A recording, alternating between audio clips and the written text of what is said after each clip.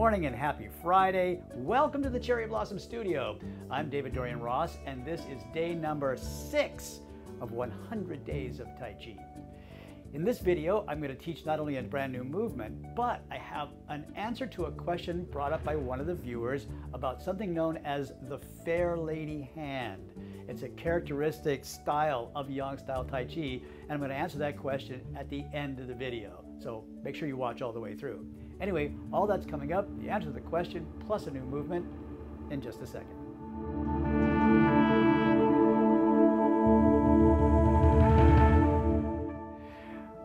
All right, let's just jump right into it. And by the way, I'm joined today, this big black lump or a shadow in the corner here is Oz the Wonder Dog.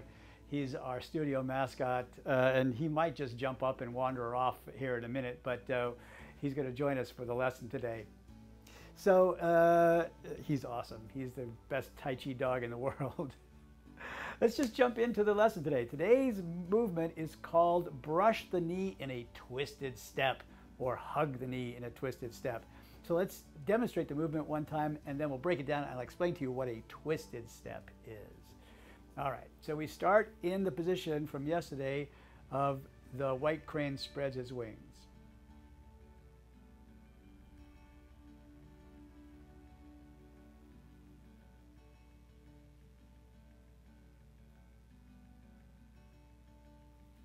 Let's do that from another angle, just so that you can see it as if you were in the room standing behind me. You actually just start from a different position here, right?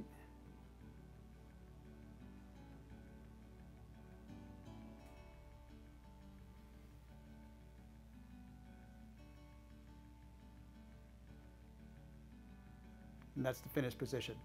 It's a one-stepper. It gets us out into our Tai Chi lunge, the bow step, but it's a very special kind of bow step called a twisted step. In Chinese, it's called aobu, aobu meaning twisted. And here is the twist. When I set myself into the lunge position, I'm going to crank the hips all the way around until it is twisting into a full squared hip position. Now this is a little bit different from some of the other lunge positions we go into. Some of them are in a position where the hips are open at about 45 degrees. This is what's known as Schwinbu, an open bow step. We have the position that we've learned already from ward off, where it's almost but not quite closed, right here, and then it closes off a little bit more. But here in brush knee, it is called aobu, ao meaning twisted. So at the end position, square off those hips. But I'm getting ahead of myself. We start off in an empty step, with the ball of the foot down and all the weight on the right foot. From here, what's going to happen is that this left foot will step out a little bit farther, landing on the floor, preparatory to that lunge position, to that bow step. Then I begin to shift my center of gravity forward. Center of gravity forward a little bit, and then full on sink into that twisted bow step. And really that's the whole footwork right there. One more time, I'm going to turn around so we do this as if you were following me. My weight's on my right foot, left foot's an empty step, the left foot steps down, the weight, center of gravity shifts forward, and then full on into your lunge position. But more stuff is happening. For one thing, the waist is turning. Now this is something that is a layer we haven't really talked about yet, but it's a good time to introduce this. That most of the motion, most of the setting up for the techniques and then the execution of the techniques comes from body turning, rotating side to side. And really the focal point of that rotation, the leading edge, comes from right in here. You would say it generates from the small of the back, but that's another layer we're going to talk about later. But this whole area, this whole spare tire here, is what we call the waist. And so the waist is turning, carrying with it the torso, the shoulders, the hips, and everything all at the same time. So I've got waist turning here. And specifically in this movement, I'm turning from the dead center to the right. Then it's going to let myself step out, shift, and rotate back to the left again to my final position. And it is this counter rotation which gives us all of the power or rotational force, or in the West we call it torque. In Tai Chi we call it Chan Su Jin, reeling silk energy, right? And so that's part of what's going on here. All right, when the waist turns, when I've got that rotation, my upper hand here, remember my ward-off hand, the first thing it's going to do is rotate that elbow in and spin that palm around. So it's palm out to start with, spins the palm around, and as the waist continues to turn, it loops right out to the side. You'll wind up reaching almost right straight in front of you. If this is the open the door position here, you're going to loop and spin that off back to your open the door position, right back over there. That's where that hand will wind up, right? Loops right back up there. Then the elbow sinks and this palm comes right sort of lined up with the cheek. It's not really touching, but it's close there. And then as you begin to shift the center of gravity and drop into your bow step, it looks like it's pushing, but actually what it's doing is it begins to ride the rotation of your torso, and at the very end, an additional inch, 2 inches maybe, of extension. Here's what I'm talking about. I'm in position, I ride the rotation, and then at the end I give it a little extra push. That way I'm actually pushing with shoulder, then with arm, then with forearm, and then with palm at the very end. That's a lot. I hope that wasn't too much. All right, now let's talk about the left hand. The left hand is starting from the hip position right here at the end of crane spread's wings. When I get that body turn, it's going to fold right across the bottom of my rib cage, right through here, right? Now it doesn't get in too tight. It's not like actually touching my body. There's a little space in there. Can you see that? It's like about the space of that beach ball that we had for ward off. It's right in there. As I shift my weight forward and begin to rotate the body, it skims right over the top of the knee. You see that?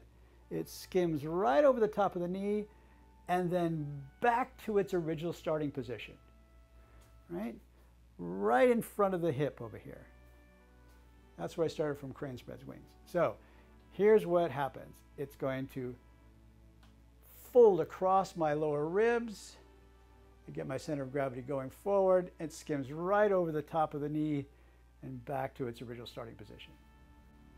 And then here's the fun part. I coordinate all that together. Are you with me? Watch me one time, and then when I'm going to turn around, we'll do it together. So I begin to spin the right arm out, the left arm across the chest.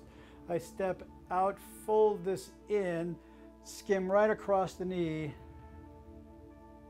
brush knee in a twisted step. One more time, watch me from behind.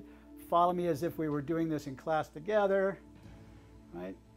It spins out, step, get the center of gravity shifting forward, push at the end. There we go. Brush the knee, hug around the knee in a twisted step. Beautiful.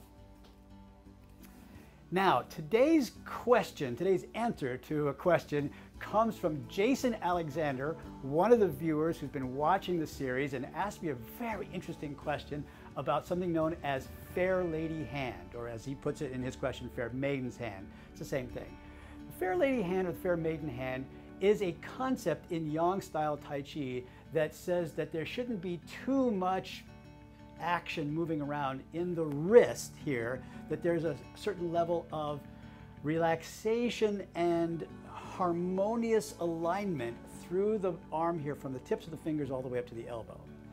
Now, so it's not straight, it's not like a knife or a pillar, and it's not flexed here. It is a little bit curved, which gives the name to it, the gentle or fair or beautiful maiden's hand. Now, if you want to get really technical, it is if you start to look at all the angles, they are roughly 45-degree angles. I've got a 45-degree angle in my shoulder joint, a 45-degree angle in my elbow joint, a 45-degree angle-ish in the wrist joint, and extending all the way through the fingers. And that stays fairly steady. There's not a whole lot of movement in empty hand Tai Chi, Yang style. And so Jason was asking, he says, it looks like there's some flexion going on, there's some movement going on in your wrist there. What's that all about? Where's the maiden hand, man?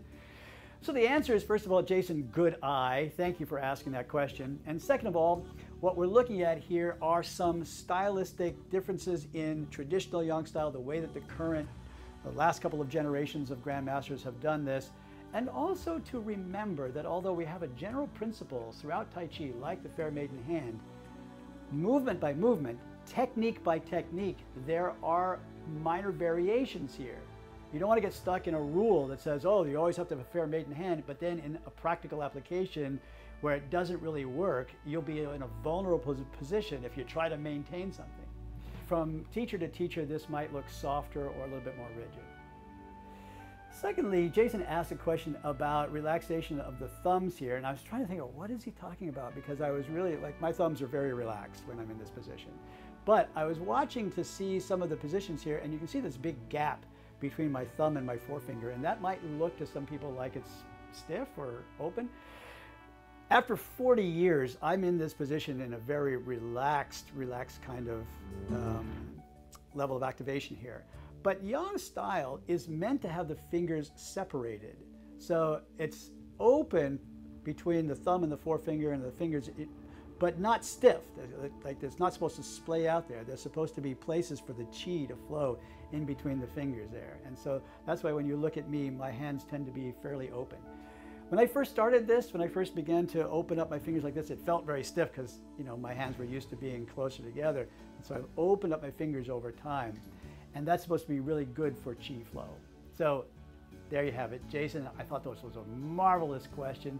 Thank you guys for asking those questions. If you understood any of that, here's how you employ that in your Tai Chi. Let your hands be open. It's like you're cupping a big size of a grapefruit right there. And so there's some openness in the palm. The palm is, the wrist is relaxed, but not loose and limp, and it's just beautiful as it comes across, and it does move around in space. All right, that's a whole lot. That was a little bit more than what I had planned, but there's the movement of the day, the question of the day. Thank you for asking those things. So here's the thing. Number one, keep asking those questions. Keep giving me those requests. I love them, and they add to the class. I appreciate it. Number two, if you're just watching maybe for the first time, or if you've been watching and you haven't done it yet, please go subscribe. Subscribe to this channel right now. When you hit subscribe, also hit the little bell.